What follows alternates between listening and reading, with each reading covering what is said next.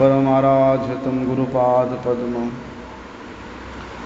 नित्यलीला प्रविष्टं विष्णुपाद परमहंस परिव्राजकाचार्य अष्टोत्तरशत श्रीमद् शिल भक्तिवल्लभ तीर्थ गोस्वामी गुरु महाराज के श्री चरण कमल में अनंत कोटि साष्टांग दंडवत प्रणाम करते हुए उनकी हेतु की कृपा प्रार्थना करता हूँ। आज श्री गोपाल भट्ट गोस्वामी जी का तिरुभाव तिथि पूजा महामहोत्सव है, इसलिए भगवान के आविर्भाव तिथि का जिस प्रकार से अत्यधिक महत्व है, उसी प्रकार भगवत पार्षद भगवान के निजजन वैष्णव जनों का भी आविर्भाव हो चाहे तिरोभाव हो, दोनों ही तिथि का अत्यधिक महत्व है। उनके चरित्र का उतना ही महत्व है जितना भगवान के चरित्र का होता है। इसलिए हमारे गुरुजी कहते हैं कि वैष्णवों के आविर्भाव तिथि में हो चाहे तिरोभाव तिथि में हो, उनके चरित्र का गुणगान करने से उनका कृपा स्वतः वर्षित होता है। श्री गुरु महाराज जी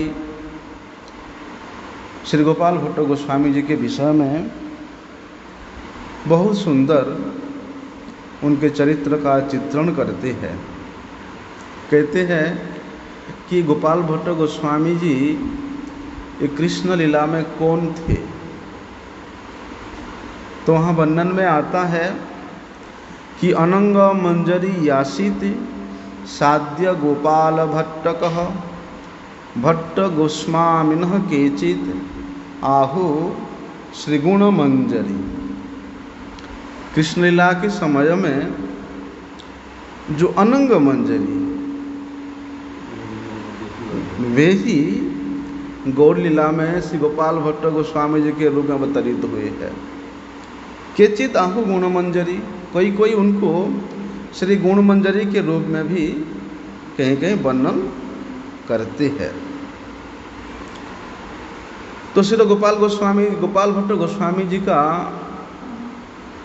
प्रकट तिथि को लेकर के अनेक जगह में अनेक प्रकार का वर्णन आता है, लेकिन उन सबको सार में लेकर के श्री गुरु महाराज जी वहाँ व्यक्त करते हैं कि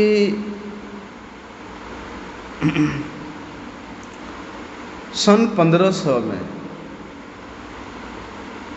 और संवत 1422 में श्री गोपाल भट्ट गोस्वामी जी दक्षिण भारत के जो श्रीरंगम क्षेत्र है, उरंगम क्षेत्र में श्री वेंकट भट्ट जी के पुत्र के रूप में आविर्भूत हुए थे। और कहते हैं वहाँ पर श्रीरंगम के निकट में कावेरी नदी के किनारे में बेलगुंडी नाम का ग्राम है। उस ग्राम में इनके सब परिवार निवास करते थे। गया कावेरी नदी में स्नान किया, हाँ, हम लोगों ने कावेरी नदी में स्नान किया। गौ नित्यानंद के छोटे छोटे विग्रह थे, उनको भी खूब देर तक नदी के बीच में जा कर के वहाँ बैठ के उनका अभिषेक कर किया, नहलाया, खूब नहला, हम लोग भी खूब नहाए। बड़ी सुंदर स्वच्छ जल है। अच्छा, हाँ। तो वहाँ बेलगुंडी ग्राम में इनका परिवार निवास करता था। बोलते हैं कि गोपाल भट्ट गोस्वामी जी के ऊपर श्रीमन महाप्रभु जी का ऐसे अशेष कृपा हुआ था कि श्रीमन महाप्रभु जी ने बाल्यकाल में ही गोपाल भट्ट गोस्वामी जी को नवद्वीप लीला का संपूर्ण चरित्र दर्शन कराया था। हाँ, और ये बृहत रूप से श्री भक्ति रत्नाकर ग्रंथ में वर्णन किया गया है। तो कृष्ण लीला की पुष्टि के लिए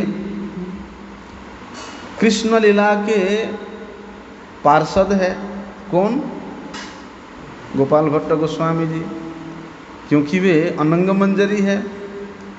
बोलते कृष्ण लीला के पार्षद होकर के भी वे श्री गौर लीला की पुष्टि के लिए कहाँ प्रकट होते हैं? वो दूर दक्षिण भारत में जाकर के, प्रायशः श्रीमन महाप्रभु जी का सब पार्षद मान लीजिए, वहाँ नवद्वीप मंडल में ही सबका प्रकट हुआ। लेकिन गोपाल भट्ट गोस्वामी जी के द्वारा भगवान ऐसा कौन सा सिद्धांत को स्थापित करना चाहते थे कि उनको उन रामानुज संप्रदाय के जो गढ़ है, जहाँ पर भगवान नारायण लक्ष्मी नारायण जी का बहुत कट्टरता के साथ आराधना किया जाता है, उनके मध्य में अपनी पार्षद गोपाल भट्ट गोस्वामी जी को प्रकट कराते हैं।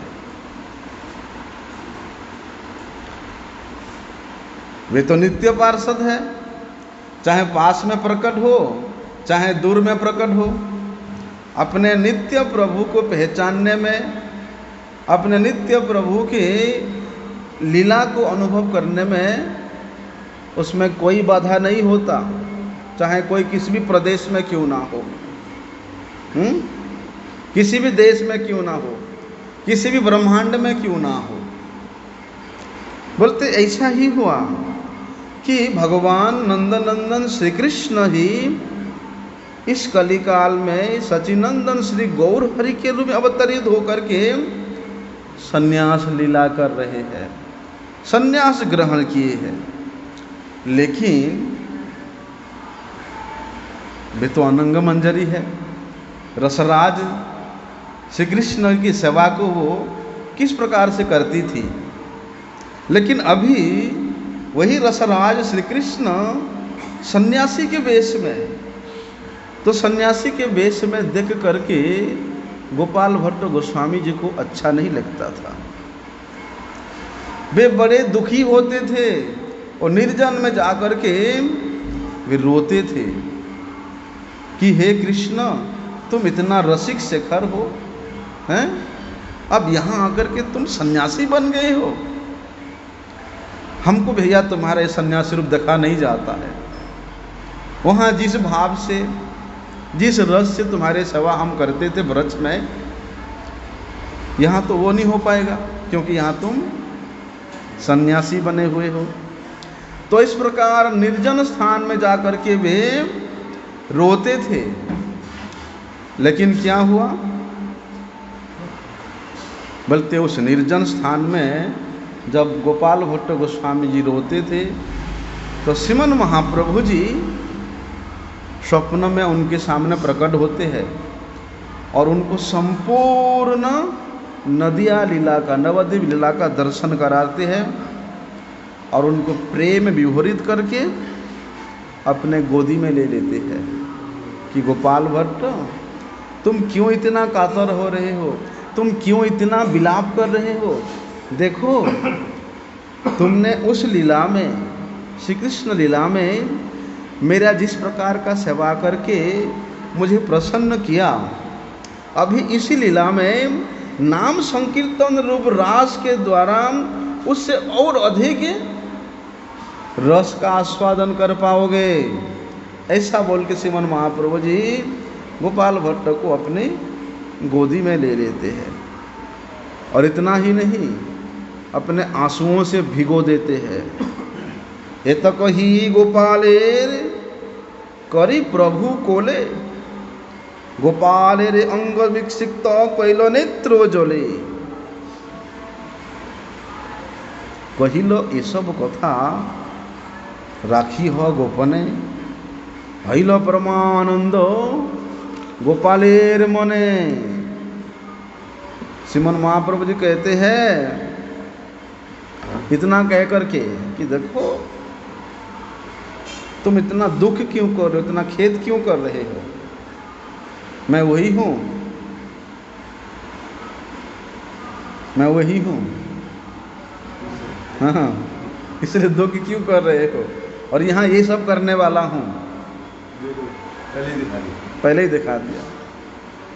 तो ऐसा कह करके श्रीमन महाप्रभु जी ने श्री गोपाल भट्ट जी को अपने गोद में ले लेते हैं और अपने नेत्रों के जल से गोपाल भट्ट जी के शरीर को सींच देते हैं और कहते हैं, ये जो वार्तालाप है मैं तुमको कहा, ये तुम किसी को मत बताना, क्योंकि अभी से प्रकाश कर दोगे कि वहाँ ऐसे ऐसे लीला होने वाला है, फिर तो रस में भंग हो जाएगा, इसलिए इसको गोपनीय रखना। अब श्रीमन महाप्रभु जी का आलिंगन प्राप्त करके उनसे इस प्रकार करुणा भरी आदर पा करके किसका हृदय नहीं पिघलेगा, हैं? गोपाल भट्ट गोस्वामी जी आनंद में, प्रेम में विभोर हो गए। जब श्रीमन महाप्रभु जी ने 1433 संवत में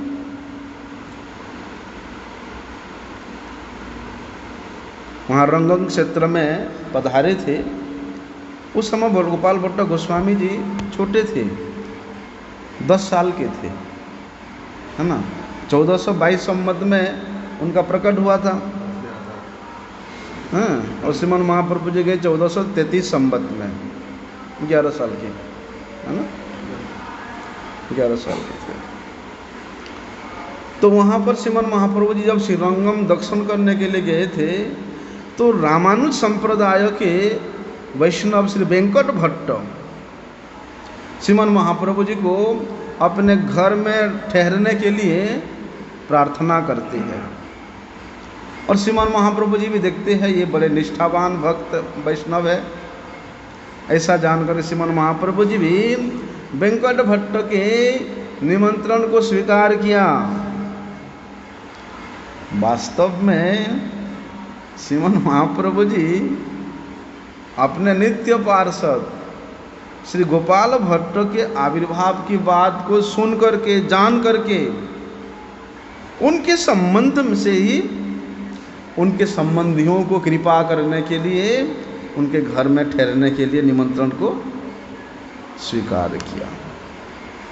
और वास्तव में श्रीमन महाप्रभु जी का श्रीरंगम जाकर के दर्शन करने का कोई अभिप्राय नहीं था। वे तो अपने निजी पार्षद श्री गोपाल भट्ट गोस्वामी जी को ढांढस बधाने गए थे, और उनके संबंधी जितने गण हैं, क्योंकि वैष्णवों के जिस परिवार में वैष्णव गण प्रकट होते हैं, आविर्भाव लीला करते हैं, उस कुल के 21 पुरुष तक पवित्र हो जाते हैं। और श्रीमन महाप्रभु जी ने इसको दर्शाने के लिए उनके पूरे कुल को उद्धार करने के लिए वहाँ पर शुभागमन करते हैं, और वेंकट भट्ट के घर में रहने का लीला भी करते हैं। तो कहते हैं कि जिस समय श्रीमन महाप्रभु जी ने वेंकट भट्ट के घर में निवास किया था, उस समय गोपाल भट्ट गोस्वामी तो कम उम्र के थे, छोटे बालक थे, और श्रीमन महाप्रभु जी के चरण कमलों की साक्षात सेवा उनको उसी समय प्राप्त हुआ था। क्योंकि अपने घर का बात है ना, घर का धन है, अभी तो कैसे भी व्यवहार कर लो तो श्रीमन महाप्रभु जी जो है अभी उनके घर में ठहर रहे हैं, इसलिए जब भी इच्छा गोपाल भट्ट गोस्वामी जी उस शिशु काल से ही, शैशव काल से ही श्रीमन महाप्रभु जी की सेवा में लग जाती थी। कहते हैं कि श्रीमन महाप्रभु जी ने वेंकट भट्ट और उनके पूरे परिवार के सदस्यों की सेवा से अत्यंत संतुष्ट थे, और वेंकट भट्ट इस बात को जानकर अभिमान करते कि देखो श्रीमन महाप्रभु जी हमारे सेवा से कितना संतुष्ट है। लेकिन वेंकट भट्ट के मन में जो अभिमान था उसका और कुछ कारण था, जो कि श्रीमन महाप्रभु जी जान गए। वहाँ पर वेंकट भट्ट के मन में क्या था कि भगवान नारायण ही सर्वोत्तम आराध्य तत्व है। और भगवान नारायण ही अवतारी है, और भगवान नारायण से ही श्री कृष्ण, राम, नृसिंह जितने अवतार हैं वो सब अवतारों का हुआ है। लेकिन भगवान नारायण का जन्म नहीं होता, कृष्ण का जन्म होता है, राम जी का जन्म होता है, वराह, नृसिंह सबका प्रकट होता है। लेकिन भगवान नारायण वे अवतारी है, वे नारायण अजन्मा है, अनादि है, जबकि कृष्ण, राम, नृसिंह ये सब जन्म होता है। इसलिए श्री चैतन्य महाप्रभु जी ने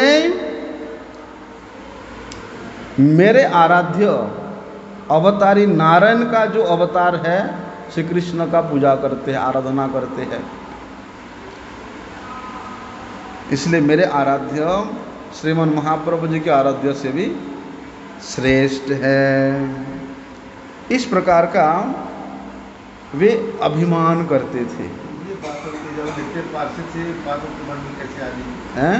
प्रश्न उठता है कि जब वेंकट भट्ट जी महाप्रभु के नित्य पार्षद हैं, तो ये बात उनके मन में कैसे आ गई? नारायण ये अभिमान क्यों आया? अरे वो उपासक थे, वो जानते थे, उनके मन में ये तत्व था कि भगवान नारायण ही सर्व अवतारी है, भगवान नारायण ही सर्वोत्तम आराध्य है। वे ये तत्व प्रतिष्ठित थे, इसलिए अभिमान होता था।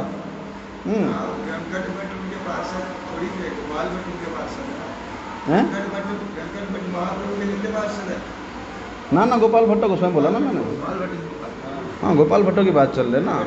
वेंकट भट्ट उनके पिताजी है, गोपाल भट्ट जी के पिताजी है। उनके पिताजी को था। हाँ, उनके पिताजी को, हाँ, उनके पिताजी को अभिमान था। तो हुआ क्या, भगवान तो अपनों को कृपा करने के लिए उनके दर्प को हरण करते हैं। दर्पहारी भगवान मधुसूदन अपने भक्तों की दंभ को नाश कर देते हैं। इसलिए श्री चैतन्य महाप्रभु जी ने श्री वेंकट भट्ट जी के दर्प को हरण करने के लिए मजाक मजाक में उनसे कहते हैं, देखो भाई वेंकट, तुम्हारा आराध्य नारायण वे तो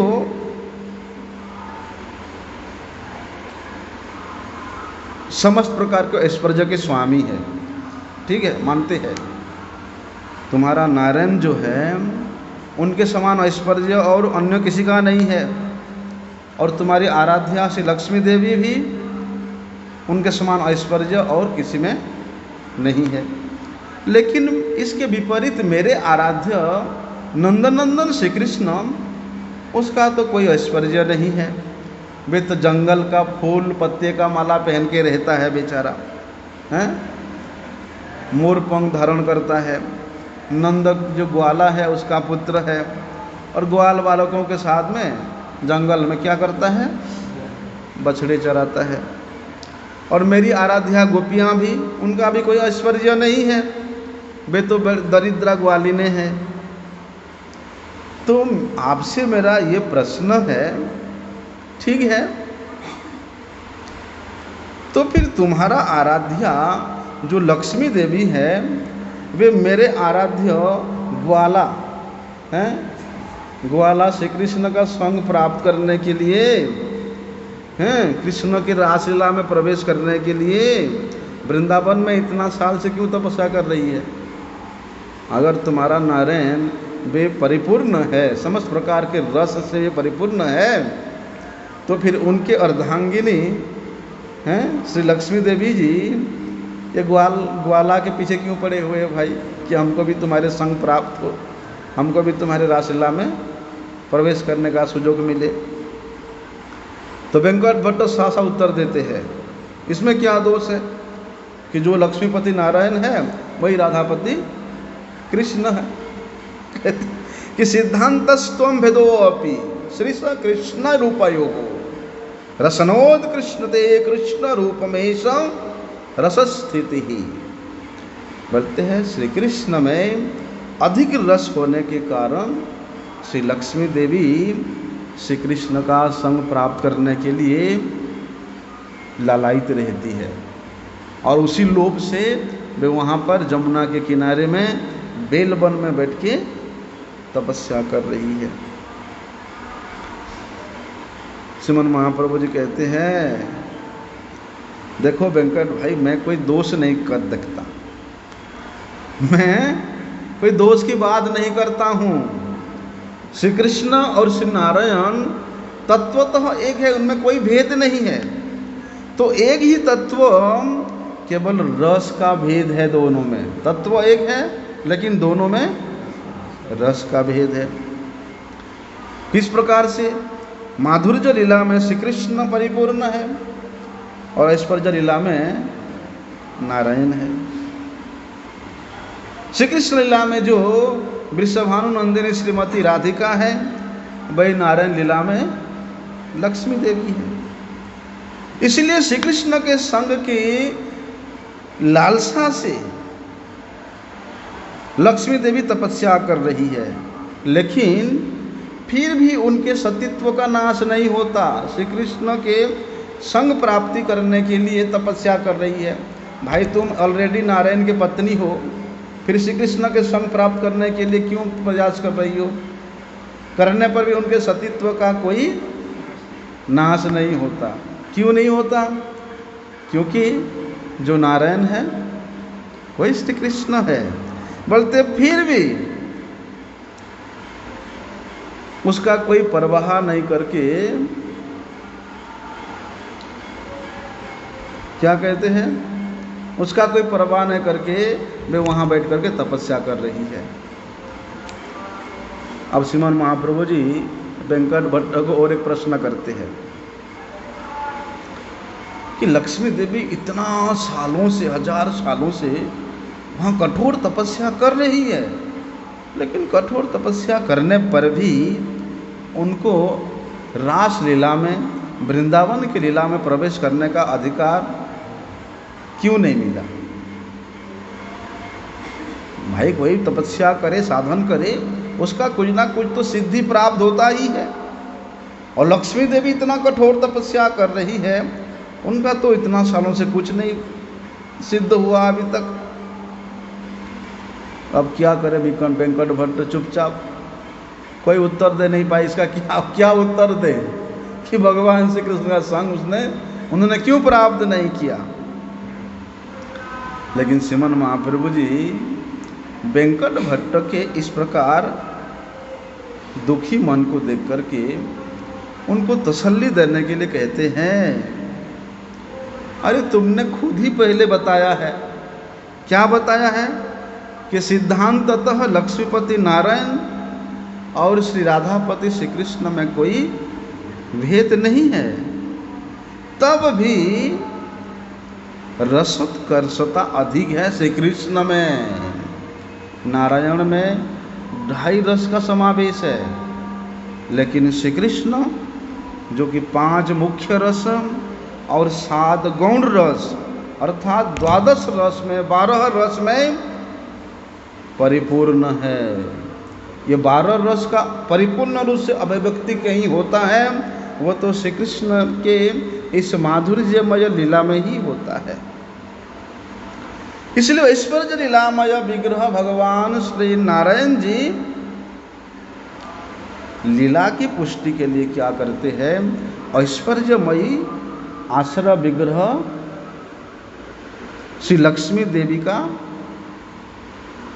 साहाय्य करते हैं, क्योंकि जितने भी ऐश्वर्य है उन समस्त ऐश्वर्य के आश्रय का देवी कौन है? लक्ष्मी देवी है। तो लक्ष्मी देवी श्रीमन नारायण की लीला में सहायता करने के लिए वहाँ लीला कर रही है, और वे ही लक्ष्मी देवी माधुर्य लीला में श्री राधा रानी के रूप में यहाँ श्री कृष्ण की लीला की पुष्टि कर रही है। हाँ, इसलिए कहते हैं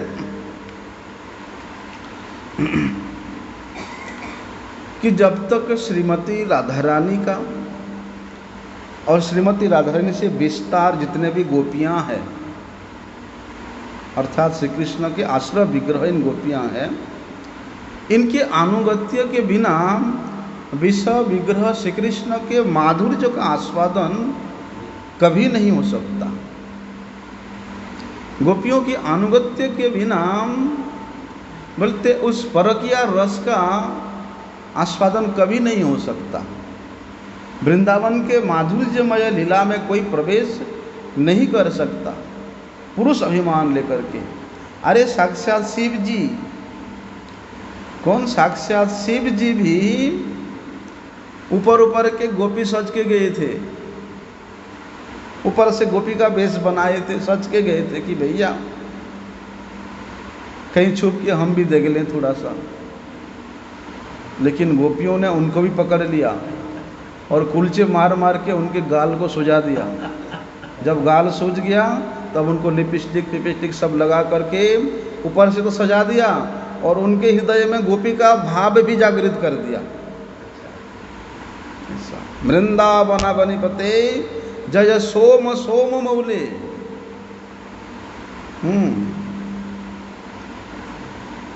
तब जाके उनको उस माधुर्यमय लीला दर्शन करने का अधिकार मिला। लेकिन लक्ष्मी देवी क्या हुआ, हजारों साल से तपस्या करने पर भी उन्होंने अभिमान है, अरे हम नारायण के पत्नी है, लक्ष्मी देवी है, हम इन गोपियों की क्यों अनुगत्य स्वीकार करने जाएंगे भैया, ये ग्वालिनों की अनुगत्य में क्यों रहेंगे। एक अभिमान है, क्यों स्वीकार करेंगे उनके अनुगत्य को। इसलिए उन गोपियों के अनुगत्य को स्वीकार नहीं किया और वही ऐश्वर्य भाव से वहाँ तपस्या कर रही है। जाना कभी देखना बेलवन में कितने सोने के अलंकार से विभूषित होकर के लक्ष्मी जी वहाँ विराजमान है, बड़े सुंदर स्वरूप है लक्ष्मी देवी का। इसलिए उनको भगवान नारायण का ही संग मिला, श्री कृष्ण का संग उनको प्राप्त नहीं हुआ। इसके विपरीत देखो जो श्रुतियाँ हैं, उन सब श्रुतियाँ गोपियों के अनुगत्य को स्वीकार किया और गोपियों के अनुगत्य में रह करके वे समस्त श्रुतियाँ राग मार्ग में श्री कृष्ण का सभा प्राप्त किया। उनके मन में श्री कृष्ण के प्रति ईश्वर बुद्धि नहीं था, इसलिए तो रागानुगा ब्रज के भजन में उनको अधिकार मिला। अगर ईश्वर बुद्धि रहता ब्रजवासियों का तो वहाँ इस प्रकार के राग नहीं हो सकता था। वहाँ ऐश्वर्य बुद्धि आ जाता था, अरे तो ईश्वर है, भगवान है। अगर श्री कृष्ण लीला में श्री कृष्ण के ऐसे अद्भुत अद्भुत लीलाओं को देख करके ब्रजवासियों के मन में कई बार ईश्वर बुद्धि आ जाता था, भगवान बुद्धि आ जाता था, लेकिन श्री कृष्ण ऐसा अपने माया रचते कि बेचारे भोले भाले ब्रजवासी भूल जाते, अरे नहीं नहीं तो हमारे कन्हवा है, हमारे लाला है ये। ऐसा प्रभु को है एक सजीव कृष्णेर लक्षण, समाधुर्य सर्वचित्त करे आकर्षण। ब्रजलोकेर भावे पाइए ताहार चरण, तारे ईश्वर करी नाही जाने ब्रजजन। केह तारे पुत्र ज्ञाने उदुखले बांधे, केह सखा ज्ञाने जानी चढ़े तार कांदे। ब्रजेंद्र नंदन बोली तारे जाने ब्रजजन, ऐश्वर्य ज्ञाने नाही कौन संबंध मानन। ब्रजलोकेर भावे जेही करे भजन, सही ब्रजे पाए शुद्ध ब्रजेंद्र नंदन। वहाँ पर श्रीमन महाप्रभु जी कहते हैं कि श्री कृष्ण का एक सजीव लक्षण है, वो ये है कि वे अपने माधुर्य से समस्त जीवों के चित्त को अपनी ओर आकर्षित करते हैं। अरे उनके नाम ही ऐसा है, उस कृष्ण के नाम ही ऐसा है कि उस नाम ही आकर्षण करता है। कृषि भूर्वाचक शब्द नश्च निवृत्तिवाचक। कहते हैं कि क्री ये शब्द का उच्चारण करने मात्र से जीव आकर्षित हो जाता है। आकर्षण करके भगवान क्या करते हैं उसको स्वमाधुर्य का आस्वादन करा देते हैं। न कृष्ण नश्च निवृत्तिवाचक, उसके हृदय में अनंत जन्मों की जो कलुषता है उसको दूरीभूत करके उसको स्वमाधुर्य का आस्वादन कराते हैं। कौन? कृष्ण नाम। और स्वयं कृष्ण में और उनके इस नाम में कोई भेद नहीं है। इसलिए ब्रजवासियों के भाव के अनुसार वे लोग श्री कृष्ण के चरणों की प्राप्ति अपने आप कर लेते हैं। क्यों? क्योंकि ब्रजवासी लोग श्री कृष्ण को कभी ईश्वर ज्ञान नहीं करते, ईश्वर के रूप में नहीं मानते। कोई तो उसको अपने पुत्र मान करके उखल में बांधता है, कोई सखा ज्ञान में उसका नैया के कंधे पे चढ़ता है। तो वहाँ ब्रजवासियों के संबंध में श्री कृष्ण के प्रति जो ब्रजवासियों का संबंध है वहाँ लेश मात्र भी ऐश्वर्य बुद्धि नहीं, ऐश्वर्य ज्ञान नहीं है। इसलिए जो ब्रजवासियों के भाव के अनुसार भजन करता है, जिस प्रकार से ब्रजवासियों के भाव क्या है कि ये तो हमारा कनुआ है, हमारे कृष्ण है, हमारे नंद महाराज के लाला है, यशोदा मैया का लाला है, अरे हमारे सखा है भैया, हैं? ये काहे को भगवान है। कितना प्रेम है इन शब्दों में, कितना अपनापन है, कितना प्रीति है। बोलते इसी प्रीति के कारण इन ब्रजवासियों के भाव के अनुसार जो श्री कृष्ण का भजन करता है वास्तव में वे ही ब्रज में जो वास्तविक ब्रजेंद्र नंदन है उसी को ही प्राप्त करता है। ऐसा रासलीला के दौरान क्या होता है, भगवान श्री कृष्ण वहाँ अंतर्धान हो जाते हैं। तो श्रीमन महाप्रभु जी कहते हैं कि जब श्री कृष्ण वहाँ अंतर्ध्यान हो जाते हैं तब मेरी आराध्या गोपियाँ व्याकुल भाव से श्री कृष्ण का अन्वेषण करते करते विलाप कर रही है। अब विलाप करते करते उन्होंने जमुना के किनारे किनारे अन्वेषण कर रहे हैं कि श्री कृष्ण कहाँ है। तो जाते जाते उन्होंने वहाँ जमुना जी के किनारे में चतुर्भुज रूप से नारायण जी को देखा। श्री कृष्ण ही थे वे, लेकिन अपने चतुर्भुज रूप प्रकट कर वहाँ बैठ गए। तो गोपियों ने उनका संग करना, उनसे बात करना, उनको प्रणाम, उनको वहाँ ठहरना नहीं समझा ठीक कि ये नारायण के पास हम क्यों ठहरेंगे, क्यों बात करेंगे, बस प्रणाम करके वहाँ से चल पड़े। लेकिन जब राधा रानी वहाँ पर आती है तब श्री कृष्ण क्या करते, अपनी दो भुजाओं को अपने अंग में प्रविष्ट करा लेते हैं और वे मुरलीधर के रूप में वहीं पर प्रकट हो जाते हैं। देखा ना पेठा गांव में हैं, तो वहीं पर वो लीला आता ऐसा। ऐठा अलग है। ऐठा जो है भगवान श्री कृष्ण जब ये गोवर्धन को धारण करने वाले थे, हाँ, तब समस्त सखाओं ने कहे अरे ये लाला इतने दुबले पतले हैं, इतने विशाल गिरिराज जी को कैसे उठाएगा। ना केवल सखा, बड़े वृद्ध ब्रजवासी भी बोलने लगे कि भैया हमको भरोसा नहीं है, किसी प्रकार से जोर लगा के उठा लेगा और हम घुसने के बाद छोड़ देगा तो हम पिचक जाएंगे, इसलिए अगर हम परीक्षा करेंगे पहले। देख ये जो कदम का पेड़ है, विशाल कदम का पेड़, उसको तू अपने हाथों में ऐसे ऐंठ दोगे तो समझेंगे कि हाँ तो गिरिराज उठा सकता है। अब लाला देखते देखते सब ब्रजवासियों के सामने उस विशाल कदम के पेड़ को ऐसे करके मोड़ दिया। आज भी इसे मुड़ा हुआ है, सूख गया है। दर्शन किया आपने? नहीं किया?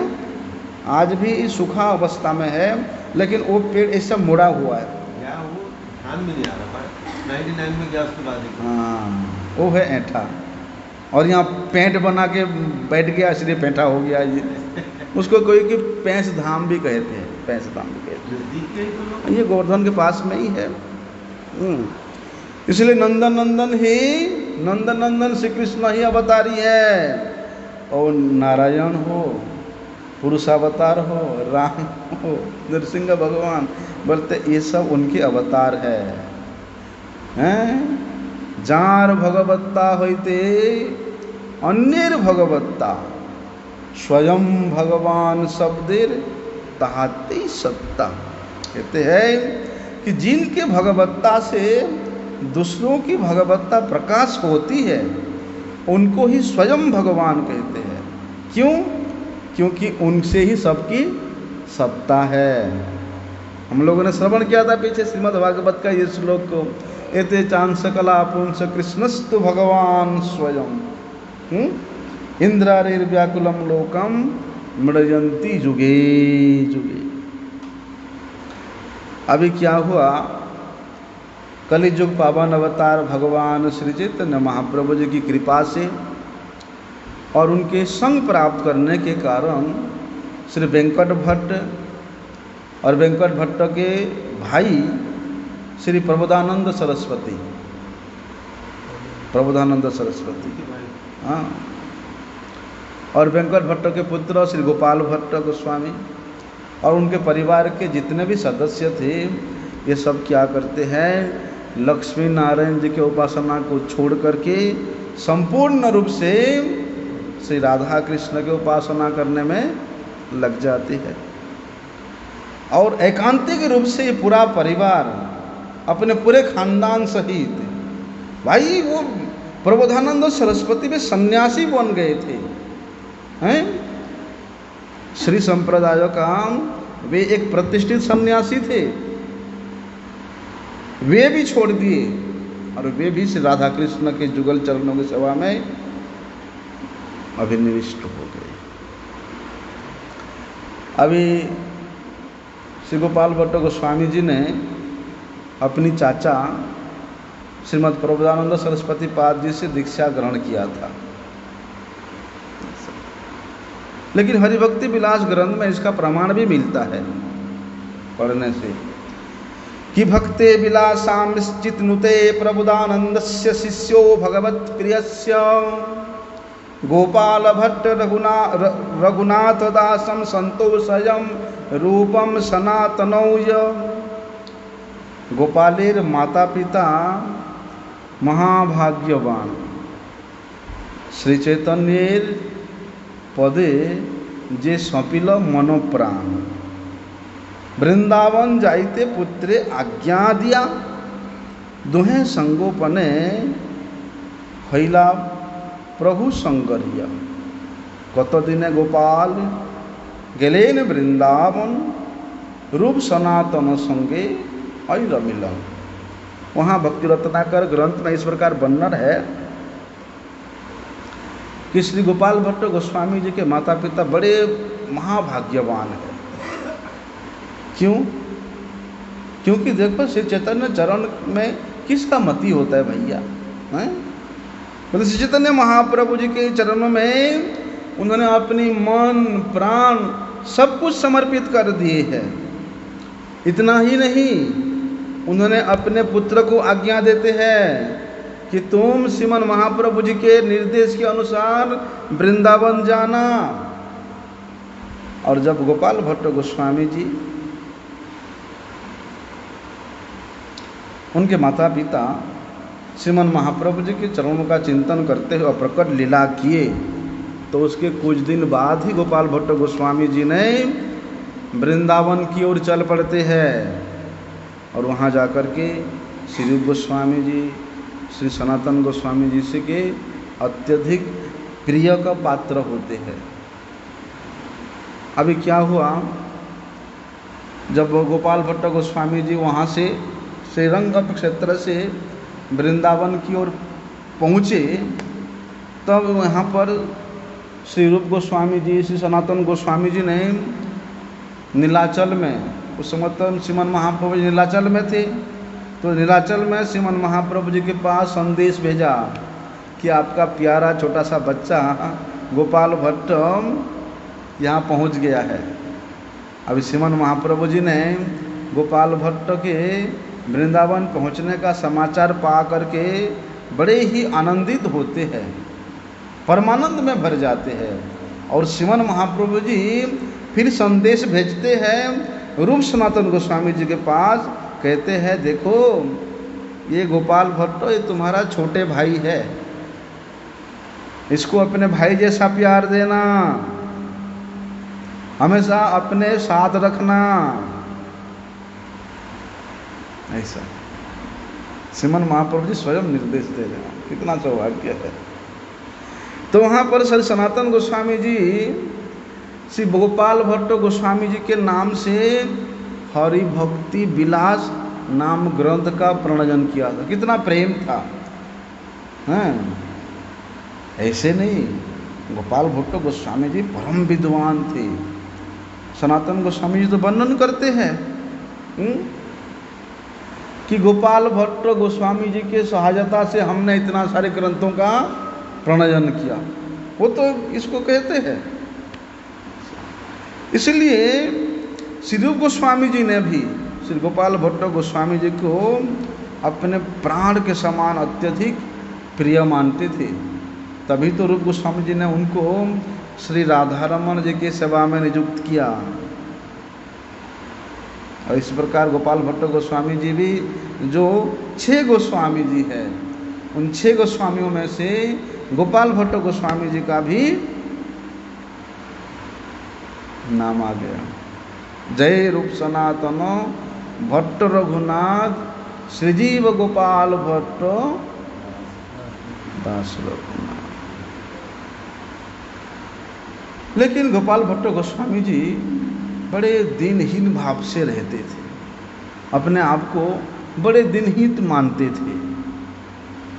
इतना दीनता था इनके हृदय में कि उन्होंने श्री कृष्णदास कविराज गोस्वामी जी से प्रार्थना किया था कि भैया तुम जो चैतन्य चरितामृत ग्रंथ का रचना कर रहे हो उसमें हमारा नाम कहीं पर भी नहीं देना। हम नहीं चाहते कि हमारा इस नाम देकर के कहीं बढ़ाई हो, इसलिए हमारा नाम नहीं लिखना।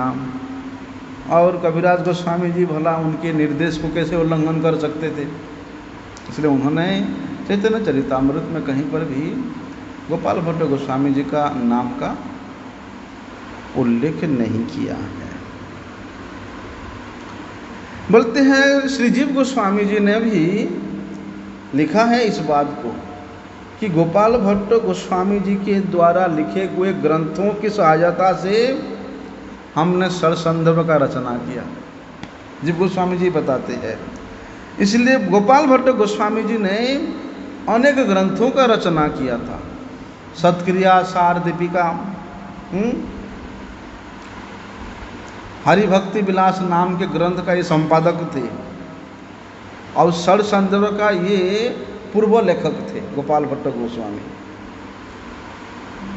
बिल्वमंगल ठाकुर जी का जो कृष्ण कन्नामृत है, कृष्ण कन्नामृत के ऊपर इन्होंने इतना सुंदर टीका लिखा है ना, आजकल मिलता नहीं वो हैं। गोपाल भट्ट गोस्वामी जी की टीका का कन्नामृत पहले ये 4 संप्रदाय मंदिर से एक बार प्रिंट हुआ था, बहुत साल पहले सुना था मैंने, 1971 में प्रिंट हुआ था।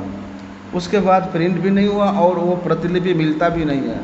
बड़े सुंदर उनका टीका है, मैंने बहुत प्रयास किया उसको प्राप्त करने के लिए, लेकिन मिला नहीं कहीं ऐसा। इसलिए श्रीनिवास आचार्य जी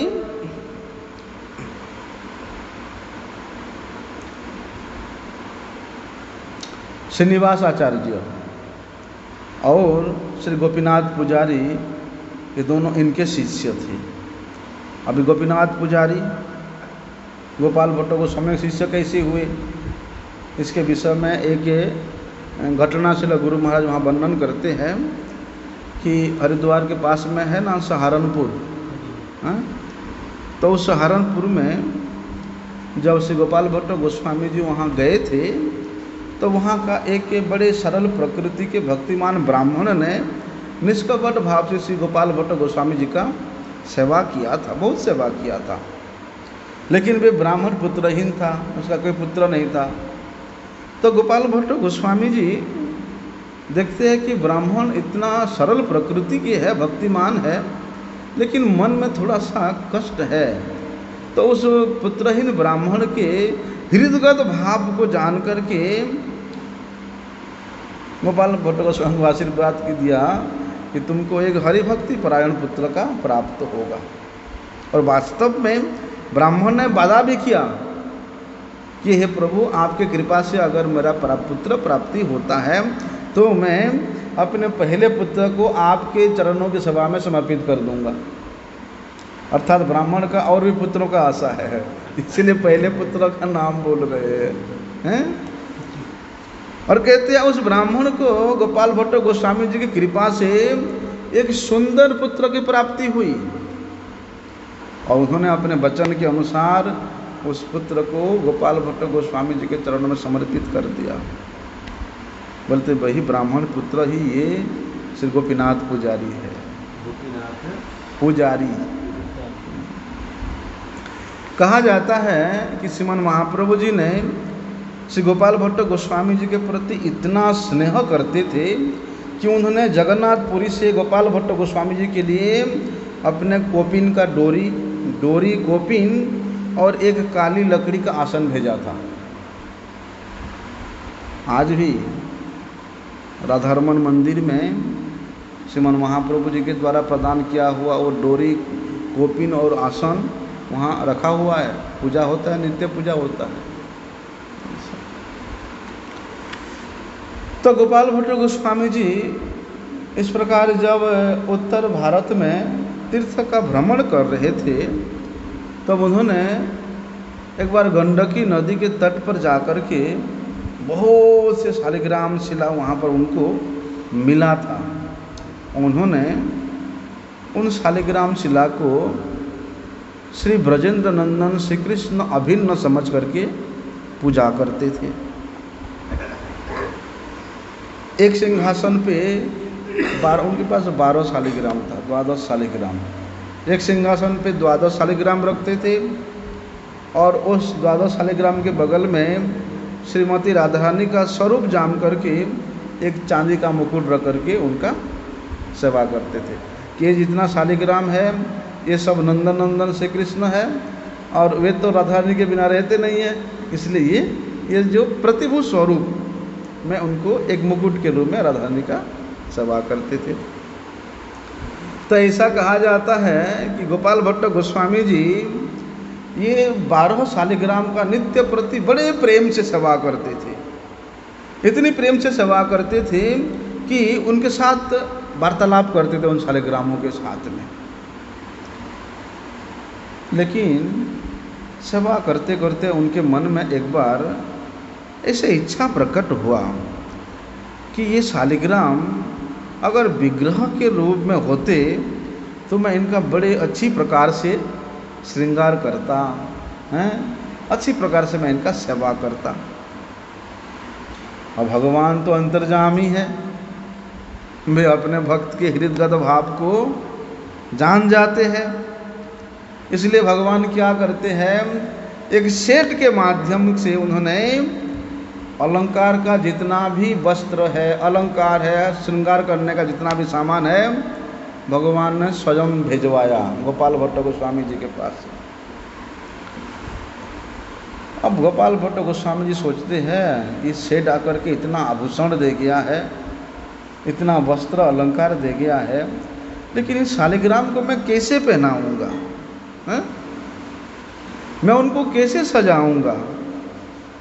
अब रात को इसी चिंतन में सोए, रोते रोते कि हे भगवान देखो मैं आपको श्रृंगार नहीं कर पा रहा हूँ, मैं आपको ठीक से आभूषण नहीं चढ़ा पा रहा हूँ, अगर आप इस प्रकार रहेंगे तो कैसे होगा। तो रात को रोते रोते चिंतन करते करते गोपाल भट्ट गोस्वामी जी सोए। और सुबह उठ उन्होंने जाकर के देखते हैं कि वो 12 शालिग्राम में से एक शालिग्राम विग्रह के रूप में श्री राधारमन विग्रह के रूप में प्रकट हो गए हैं।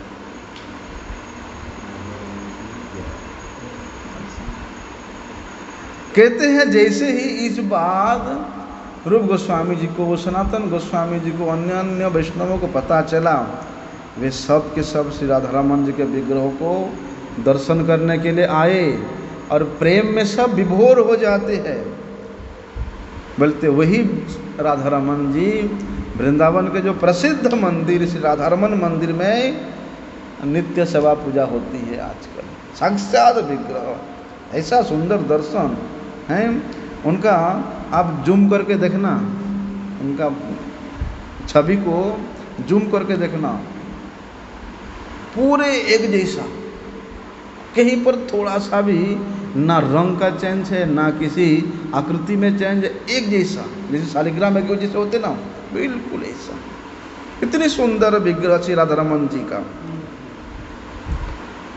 तो इस प्रकार श्री रूप गोस्वामी जी, सनातन गोस्वामी जी, वृंदावन के जितने वैष्णव जन थे, सबको निमंत्रण करके श्री राधारमन जी के विशेष विराट अभिषेक का आयोजन हुआ। अरे राधारमन जी प्रकट हुए हैं भैया, हैं? ब्रजमंडल में जितना भी वैष्णव जन थे उस समय, सबके सब वहाँ एकत्रित होकर के विशाल अभिषेक का प्रोग्राम वहाँ पर हुआ। नामकरण कैसे हो गया? हैं? राधारमन जी नामकरण कैसे हो गया? अच्छा, राधारमन जी नाम कैसे हुआ? वो शालिग्राम को ही राधारमन समझ करके ही पूजा करते थे कि ये जो शालिग्राम है ये राधा जी के साथ रमण करने वाले हैं, है ना, राधारमन के रूप में कि उन्होंने उस शालिग्राम का पूजा करते थे।